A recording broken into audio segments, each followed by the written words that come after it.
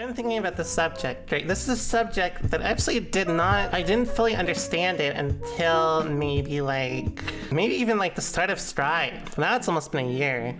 Pretty much 9 months ago. So, there's the concept of being good at a fighting game versus just being good at a character. There are people that excel with a character across games, and players like this actually do not fit into the category as only good at their character. So if you're like a character specialist, like Nage obviously only plays Faust, right? FAV as well. They're good at the game, right? It's not that they're just only good at one character, and there's a big difference. Being good at a game usually means you're more fundamentally sound, right? You click better through being more fundamentally sound. When you are good at a character there's actually a great example, Soul. Soul in, let's say Exert to Strive, right? Soul and Exert, if you just gambled all the time with Grand Viper, or you gambled with Riot Stomp. I always forget the name of it.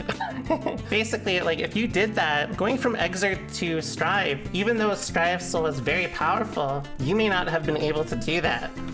Right? And another great example is if you're good at just using Soul Success, then pretty much once you've lost Soul Success and you had to play neutral otherwise, you may be like, oh fuck, it may be over for me. That's a common one. A lot of people were newer.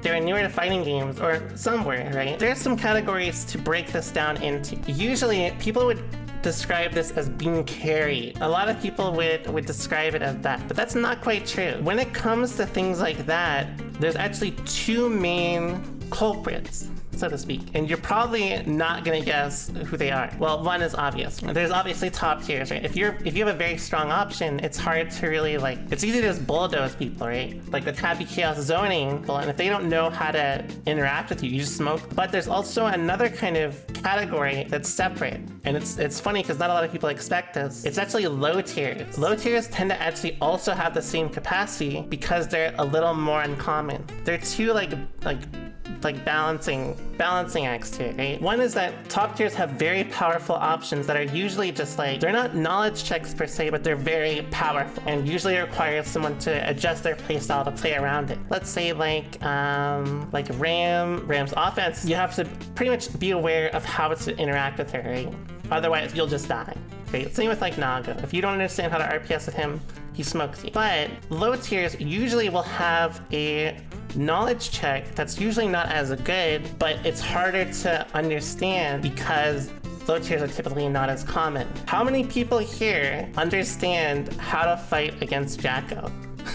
Actually. See, most people here are just I don't really know. This isn't, again, it's not a matter of being carried, right? Carried is incorrect. It's more along the lines of it's on you as a player to understand these interactions. So it's not quite they're carried, it's more it puts the burden of knowledge on you. I also, in general, do not like the whole concept about, being carried. I made a whole video about that. In some way, if you play a fighting game, you are carried by your character. It doesn't matter if you play a low tier or a high tier, you will probably have some playstyle that's enabled through your character strength, right? So there's not much point about thinking about who gets carried and who doesn't, So let's talk about recognizing this and what it means. If you rely overly on one option, it's kind of easy to tell. If you struggle significantly with a matchup that usually isn't considered bad for your character, let's say if everyone's yeah, this matchup's 6-4 or something like that, and you're no, it's 4-6, I lose all the time, then there's a chance that, either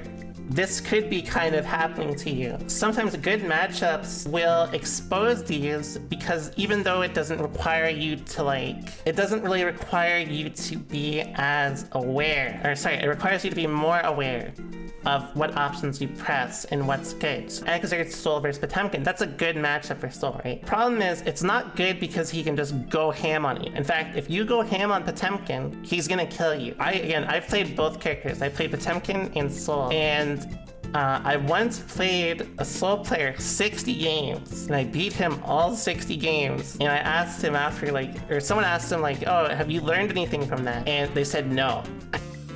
A lot of it was because they just RPS, right? Like they just did a lot of like Wake Up, Riot Stomp, or like Grand Viper, whatever. But the way you beat Potemkin was kind of simple, right? It was just, you don't really need to commit. If you look at risk reward, then you realize Soul doesn't actually win against Potemkin in close range. He wins in mid range. In fact, 5H is like the god in that matchup. If you try to play it like, you know, like any other matchup where you can just go ham, you're gonna just fucking die. Usually a lot of low level and mid level players struggle with grapplers because they're usually crutching on one or two options that gets removed because of how grapplers work. In Strive, it's a lot more linear. Recognizing this is really key. If a character can reduce your like option, like let's say like if as Soul you can't use 6S against Testament. 6S or Farth. A lot of Soul players fold just like that. Just because Testament like is really good at avoiding things like Farth and 6S with 2K, right?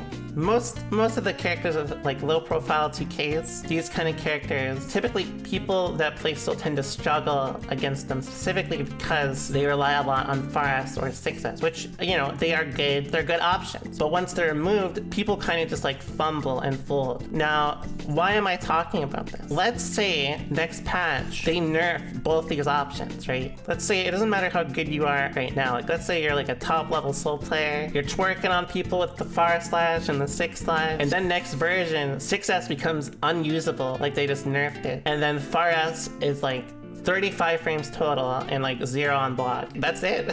You're smoked. It's not a matter of, you know, like you're bad at the game. It's that the characters tend to lean you into playing a specific way. And if you only play that way, one, it makes you predictable because you have to recognize when a lot of your strength comes from one option alone, right? And of course, some people are just like, you know, they got nerfed, I want to play a different character, but you can see the difference. Milia is a great example too.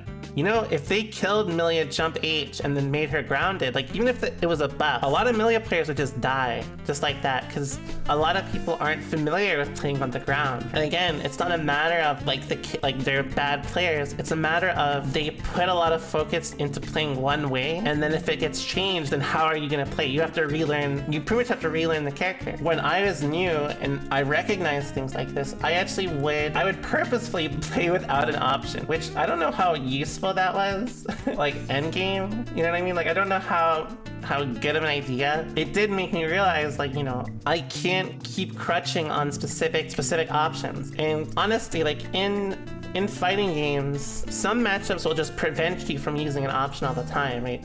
Or they may make you have to be a lot more selective about when you commit to them. So like, let's say if you play against a character with a really good low profile 2K as Soul, you may want to use more 2S. You may want to just like hold your ground a little more and like see what they do. Like try to whiff punish instead of just like preemptively swinging, right? Those sort of things are important. Like, you know, see like just try to remove an option and play a specific way and see if you can kind of get more success, even if you will not do well locking yourself out of an option. But it could help you be like recognize more of your flaws. But likewise, if you're attentive, like if you like listen to what I just said and we're like, that's fucking woke, this is smart as hell, then it could be that, you know, maybe all you needed to do was recognize that. Be a little less committal. Try to focus more on spacing rather than, you know, just forcing interactions. Like these sort of things can go a lot further than you probably would think, right? Obviously, there are options that contribute to you being successful just because it's